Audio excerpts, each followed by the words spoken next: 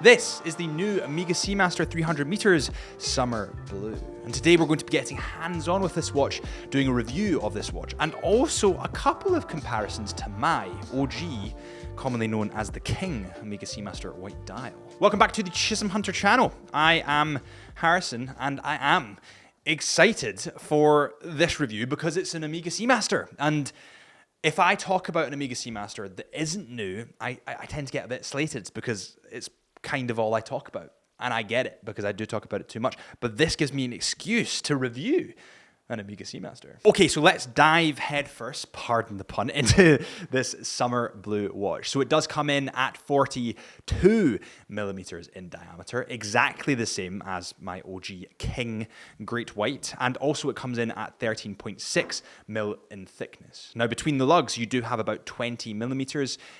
Our measurements said that it was just over 20mm, but it's around about the 20mm mark. The specs on this model are pretty pleasurable for my wrist size. So I have 6.5 inch wrists, and it's weird to say, but this watch carries itself in a really nice way. And I believe it's because of the design aspect. It doesn't wear like too chunky of a model like other 42s that I have tried on.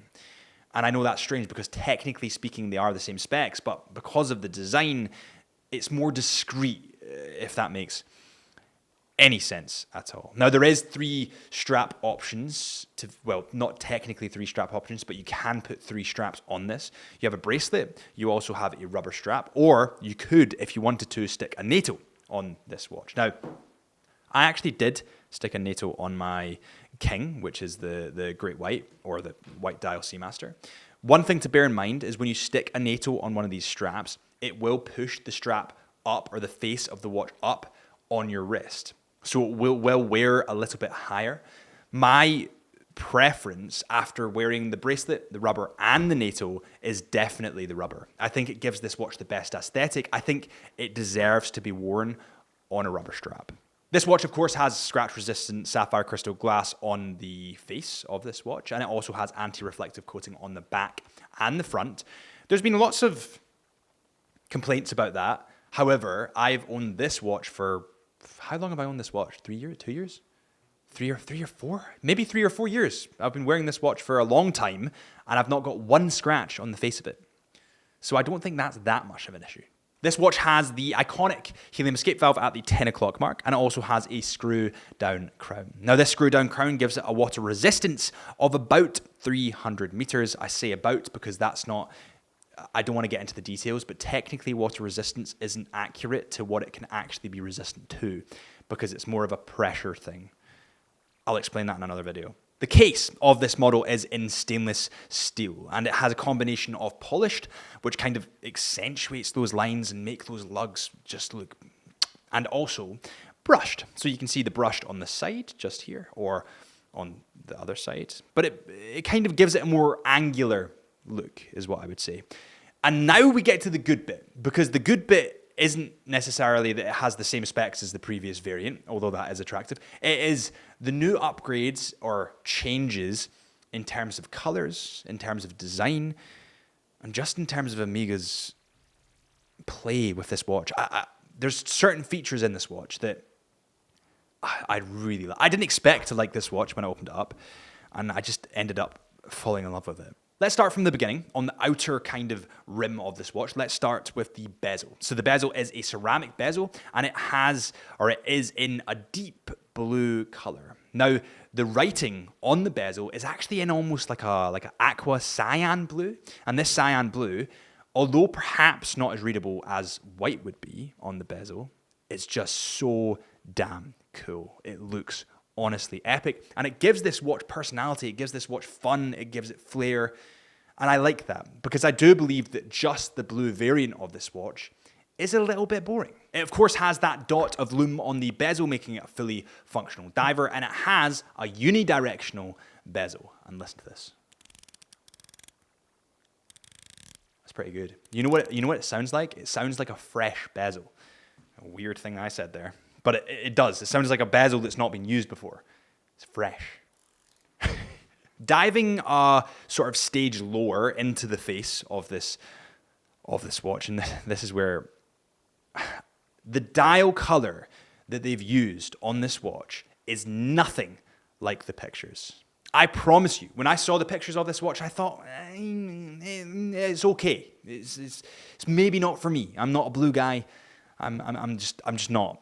But then I got it in, and then I got it out the box, and then I shone it in the light, and it's almost like a metallic-y toothpaste blue. That's a really weird way of saying it, but you know when you squeeze toothpaste and it has this kind of sheen, this metallic-y, sparkly sheen to it? That's kind of what this has in the most pleasant way I could possibly describe.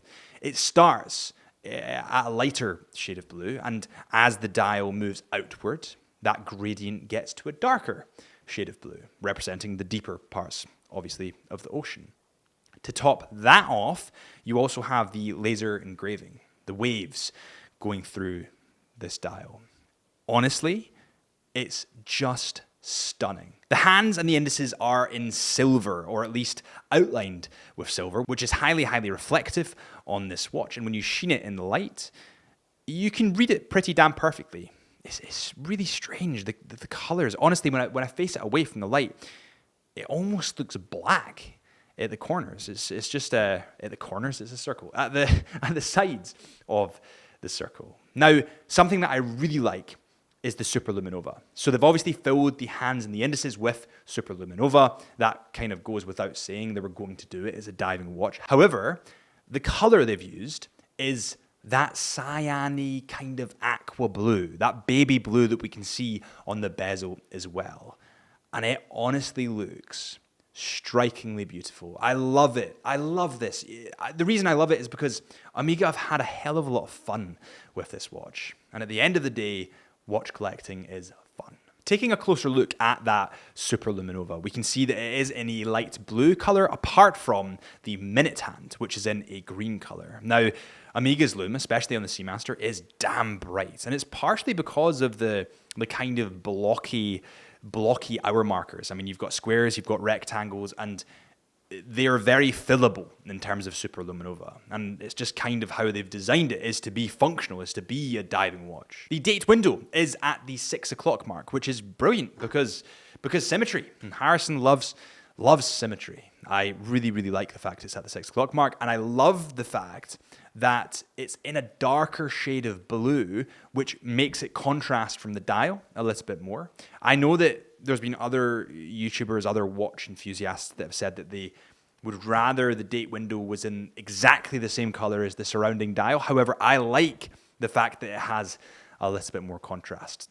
With that said, it's just my opinion. There's a weird thing about Omega and photography, and I think that they need to sort it. I think that their photography is great and it looks brilliant, but it's perhaps not shot in that. Maybe it's lighting, I'm not really sure, but Omega watches don't look anything like they do online. I mean, let's talk about the green dial Omega Seamaster. It honestly, in person, looks almost black. It's amazing. It's a dark forest green, but online, it looks vibrant. It looks kind of olivey. It's maybe a bit too bright for some people.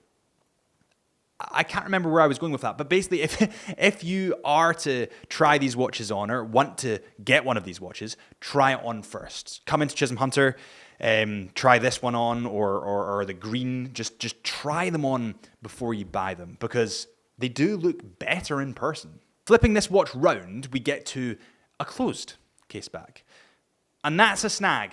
That's the only snag that I would see with this variant, because in the original Seamasters, or the one that I have and the other variants within that range, they do have open case backs. As a watch enthusiast, as more of a purist perhaps, I enjoy seeing into the intricacies of a movement. I enjoy seeing the beating heart of that movement. It's a weird thing to say, but although I know exactly what model and movement is in this watch, because it's the same as this, I don't like the fact I can't see it. The movement in this model is very similar to one we've seen already, because it's actually in the other Seamaster 300 meters. It is the caliber 8800 Omega movement. And this is a self-winding movement with a coaxial escapement, certified by master chronometer, approved by METAS, and resistant to magnetic fields reaching 15,000 Gauss. It has a free sprung balance with silicon balance spring, and it's automatic winding in both directions. And it has an average power reserve-ish of 55 hours. Now, for the purposes of seeing the movement, we'll show you my old Omega's movement where you can actually see into the case bag. We've covered everything there is to cover about this watch. We've covered the movement specs, the design, and I need to talk about one thing in particular. It's very important because I think people can kind of be a little bit hypocritical on this point. People went mental at Omega. I said it right, Drew. Wow. People go mental at Omega when they released these summer blues. They said, "Oh, I wish they'd done something more fun. I wish they'd up the ante a wee bit." But Rolex will change the shade of green by 1 Pantone on their Submariner, and everyone loses their minds. So I think Omega have done a great job here. I think that they've really had fun with this watch. They've added some fun, cool flares in here. And I think the people should be more chilled out about the watch scene. Let's do stuff that's fun, not stuff that's boring. We like stuff that's different.